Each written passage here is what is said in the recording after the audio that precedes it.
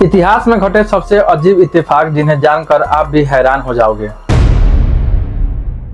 Number 1, साल 1898 में Morgan Robertson नाम के एक लेखक ने एक फिक्शनल कहानी लिखी थी और इस बुक का नाम था फ्यूट। इस कहानी में एक शिप का जिक्र किया गया है जिसका नाम टाइटन द अनसिंकेबल था।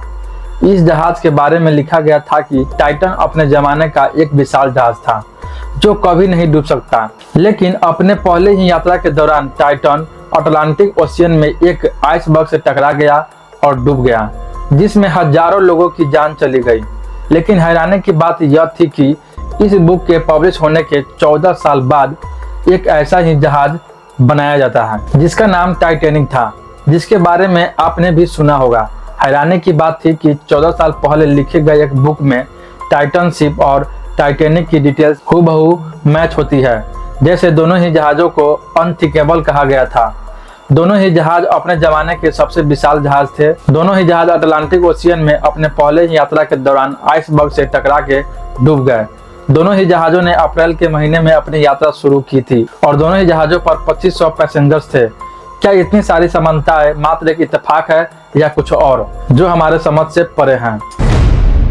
नंबर 2, अब्राहम लिंकन और जॉन एफ कैनेडी दोनों ही अलग अलग समय में अमेरिका के राष्ट्रपति थे और दोनों की ही हत्याएं कर दी गई थी, लेकिन इनमें काफी कुछ समानताएं थी। जैसे दोनों को ही गोली मारा गया था और गोली दोनों को ही उनके सर के पीछे लगी थी। उनकी हत्याओं के समय दोनों की ही पत्नी उनके साथ थी।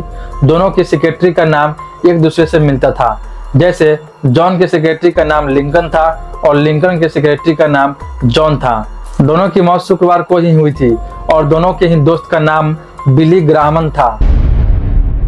नंबर 3, सिम्पसंस जो कि एक अमेरिकन कार्टून टीवी शो था। इन्होंने साल 2000 में अपने एक एपिसोड में डोनाल्ड ट्रंप को प्रेसिडेंट बनते दिखाया था।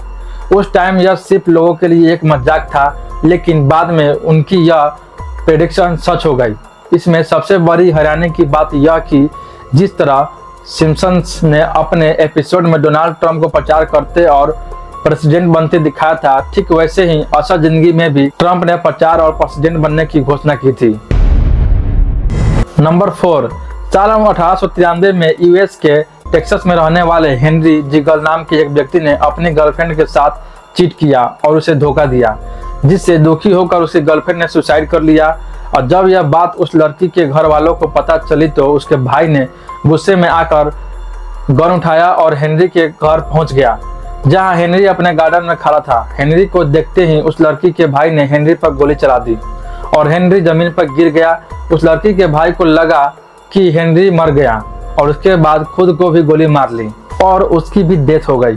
लेकिन हेनरी पर चलाई गई गोली हेनरी के चेहरे को छूते हुए पीछे एक पेड़ में जा लगी और हेनरी को मामूली चोट ही आई। 20 साल बाद 1913 में हेनरी अपने घर का रिनोवेशन करा रहे थे और उन्हें कुछ लकड़ियों की जरूरत पड़ रही थी।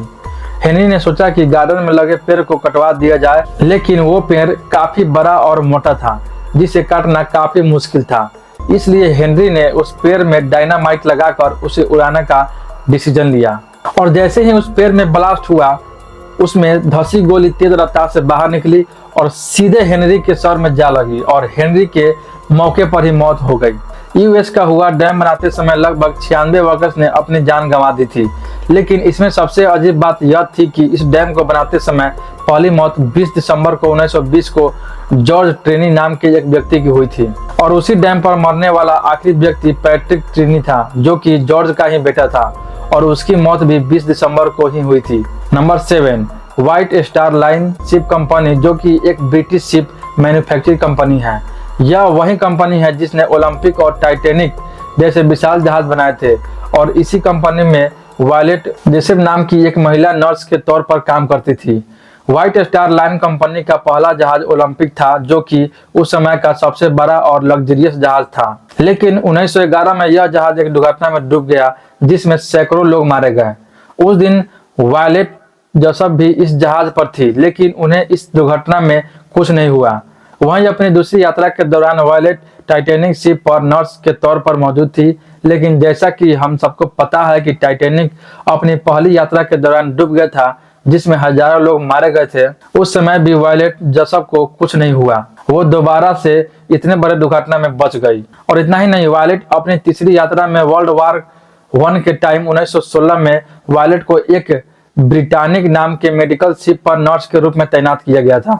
लेकिन अनफॉर्चुनेटली ब्रिटानिक जहाज एक जर्मन माइन से टकरा गया और ब्लास्ट के कारण यह जहाज 1 घंटे के अंदर ही डूब गया, जिसमें कईयों ने अपनी जान गंवा दी। लेकिन वायलेट जैसा फिर से बच गई और यह घटना सबसे अजीब थी। हर बार वायलेट का इतने खतरनाक दुर्घटना में बच जाना उनकी किस्मत थी, या जिस जहाज पर वह होती उसका डूबना